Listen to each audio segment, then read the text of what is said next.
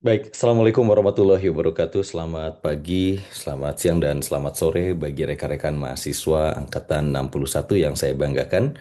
Mohon maaf, izin sebelumnya saya menyampaikan materi pada mata kuliah literasi digital ini secara tapping untuk menggantikan pertemuan kelas yang tidak dapat saya isi secara langsung. Baik, rekan-rekan sekalian, izinkan saya untuk menyampaikan materi pada pertemuan 11 terlebih dahulu, yaitu terkait dengan produksi konten digital. Baik, rekan-rekan sekalian, sebagaimana kita ketahui bersama bahwa di era digital saat ini siapapun bisa menjadi pencipta pesan. Tetapi tentu tidak semua mampu menjadi pencipta makna. Jadi menjadi pengcreate pesan dengan menyampaikan pesan dan juga bisa memberikan sesuatu yang kemudian bermakna itu menjadi berbeda. Dan harapan saya adalah bahwa teman-teman memahami bahwa produksi konten ini tidak hanya sekedar kekuatan visual dan bagaimana kemudian menariknya gambar yang teman-teman kemudian sajikan atau tayangan teman-teman sajikan, tetapi lebih dari itu bisa betul-betul memberikan makna yang sangat dalam. Dan produksi konten digital bukan hanya sekedar soal membuat video atau postingan viral, melainkan tentang bagaimana kita bisa menyampaikan ide kita, gagasan kita, opini kita, pandangan kita yang sangat positif dan bisa membangun pengaruh serta menciptakan dampak yang betul-betul sangat baik melalui media digital. Dan itu pula yang kemudian dikatakan oleh Anne Henley ya, bagaimana kemudian bahwa dengan konten ini kita sedang mencoba untuk menyuarakan sesuatu gitu ya ke dunia, menyuarakan sesuatu kepada banyak orang bahwa hari ini konten kan bisa kemudian dilihat oleh siapapun dan itu adalah kesempatan kita untuk bisa menyampaikan ide, gagasan, dan pandangan kita yang sangat positif. Nah, rekan-rekan sekalian, ini adalah tujuan pembelajaran pada pertemuan kali ini yang dimana mahasiswa diharapkan mampu memahami konsep dan juga ragam konten digital beserta karakteristiknya di berbagai platform. Kemudian yang kedua bisa menjelaskan tahapan produksi konten digital dari perencanaan hingga distribusi dan juga evaluasi, serta juga bisa menerapkan prinsip kreatif dan juga storytelling dalam merancang konten yang menarik dan juga bermakna, serta bisa menghasilkan konten digital sederhana yang etis, komunikatif, dan sesuai dengan kebutuhan audiens. Rekan-rekan sekalian, seperti pada umumnya kita bertemu di ruang perkuliahan di pertemuan sebelumnya, maka tentu saja setiap materi akan selalu diawali dengan pengertian atau definisi dari topik yang akan kita bahas sesaat lagi. Dan kita akan awali dengan apa yang dimaksud dengan konten digital. Rekan-rekan sekalian, berdasarkan referensi yang saya dapatkan dari Rose pada bukunya The Art of Immersion, How the Digital Generation is Remaking Hollywood, Madison Avenue and the Way We Tell Stories, pada buku yang diterbitkan oleh Norton and Company, bahwa konten digital merujuk pada semua bentuk informasi atau media yang disajikan dalam format digital. Tentu bukan format analog ya, tapi format digital dan tentu dapat diakses melalui berbagai perangkat atau multi-platform ya, baik itu komputer, baik smartphone ataupun juga tablet. Dan konten ini pun juga bersifat multimodal gitu, artinya bisa berupa teks, bisa berupa gambar, bisa video, bisa audio, bahkan kombinasi semuanya atau disebut juga sebagai multimedia. Dan produksi konten digital kini telah menjadi bagian integral dari komunikasi modern, baik dalam konteks personal, dalam konteks profesional, dalam konteks edukatif, maupun juga dalam konteks sosial. Apalagi saat ini kita tahu bersama bahwa meningkatnya konsumsi informasi secara daring yang begitu luar biasa, bahkan kita tahu semua orang saat ini telah menjadikan media sosial, media online, atau media digital sebagai sumber informasi pertama, sehingga tentu saja kemampuan untuk memproduksi konten yang menarik, kredibel, dan relevan telah menjadi keterampilan yang sangat esensial pada abad ke-21 ini. Bagaimana kita lihat ya, berbagai platform, bahkan media massa konvensional pun saat ini pun juga telah beralih di dalam menyampaikan informasi dalam format audio visual atau bahkan dalam format-format yang jauh lebih menarik dari apa yang kita kemudian saat ini lihat. Nah, rekan-rekan sekalian, apa kaitan literasi digital dan juga produksi konten? Kalau kita bicara literasi digital, maka tentu saja ini bukan hanya soal mengakses informasi, tetapi juga bagaimana kemampuan kita untuk bisa memproduksi, mengevaluasi, dan juga mendistribusikan informasi secara bertanggung jawab. Dan produksi konten digital adalah bentuk nyata dari active digital participation. Jadi kalau kita ingin mengukur sejauh mana kemampuan atau sejauh mana literasi digital kita, maka selain kita mampu mengakses informasi dari berbagai media, maka kemampuan kita untuk menciptakan informasi, untuk meng-create sesuatu, untuk mendistribusikan informasi atau mengevaluasi informasi adalah bagian yang tidak terpisahkan dari indikator untuk menilai sejauh mana tingkat literasi digital kita. Dan tentu mahasiswa tidak hanya saya harapkan menjadi menjadi konsumen informasi, tetapi saya juga harapkan bisa menjadi agen perubahan digital. Dan saya melihat ada beberapa mahasiswa yang juga ternyata cukup rutin ya untuk kemudian menyuarakan ide-idenya, kreativitasnya melalui konten-konten itu saya kira akan sangat bagus ya. Kalau kemudian secara konsisten, secara kontinu teman-teman lakukan.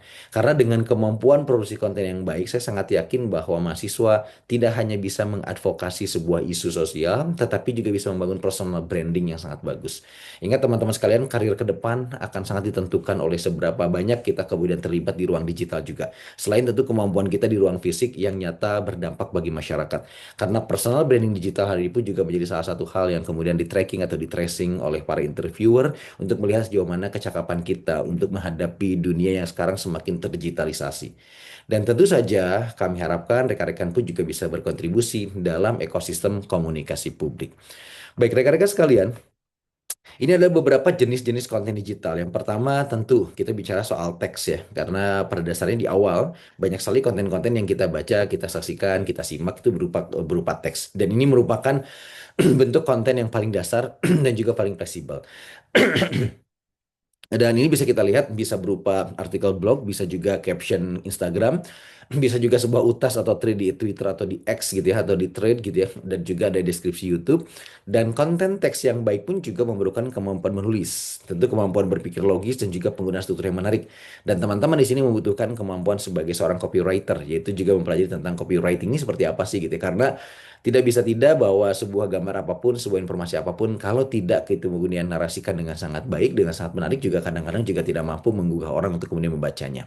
Sebagai contoh misalnya, ada artikel edukasi di Medium atau caption edukatif di catatan literasi atau kita bisa lihat juga di narasi misalnya dan lain sebagainya. Teman-teman bisa melihat itu contoh-contoh bagaimana kekuatan teks begitu luar biasa menarik begitu ya. Atau kalau teman-teman biasa membaca media online, maka silakan baca kompas.com atau kompas.id. Nah, yang kedua adalah visual statis. Jadi konten seperti infografis pun juga sangat berguna untuk bisa menjelaskan informasi yang kompleks secara visual dan juga ringkas. Dan meme dan ilustrasi visual yang menjadi alat yang kuat untuk menyampaikan kritik sosial atau pesan kultural pun juga sekarang sudah banyak digunakan dan semakin banyak digunakan. Contoh kita bisa lihat ya infografis dari tirto.id atau dari kata data itu sangat-sangat menarik sekali.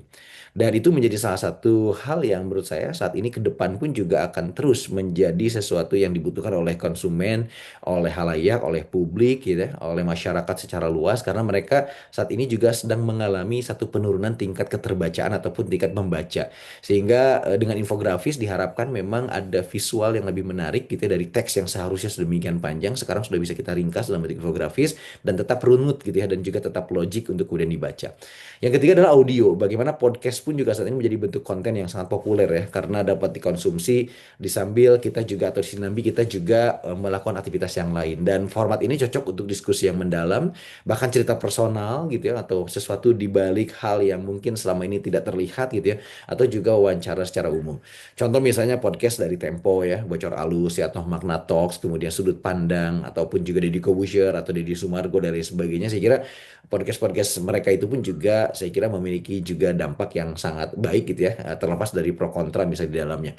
Kemudian video tentu saja menjadi konten yang saat ini paling digemari ya di media sosial. Di mana format short form gitu ya dari Reels atau TikTok bahkan ada ultra video gitu cocok untuk pesan yang cepat dan juga viral atau long form gitu ya bagaimana YouTube, webinar cocok juga untuk edukasi atau dokumenter walaupun sekarang juga saya kira video-video pun juga tidak bisa berdurasi terlalu lama karena orang juga mudah jenuh gitu ya karena span attention regression kita pun juga semakin menurun saat ini ya.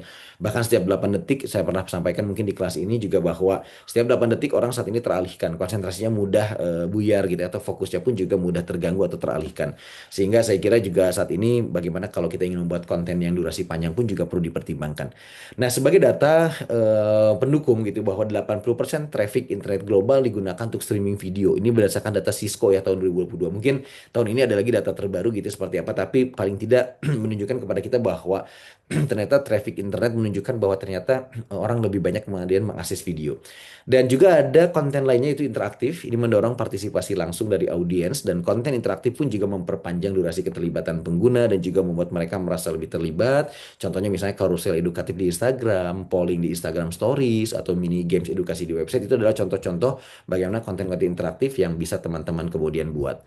Nah, ini adalah tahapan produksi konten digital. Rekan-rekan sekalian, ada beberapa langkah-langkah strategis ya dalam produksi konten digital. Yang pertama tentu kita perlu menyiapkan terlebih dahulu, merencanakan, ada planning di sana, tentukan tujuan kita siapa atau objektif kita apa begitu ya.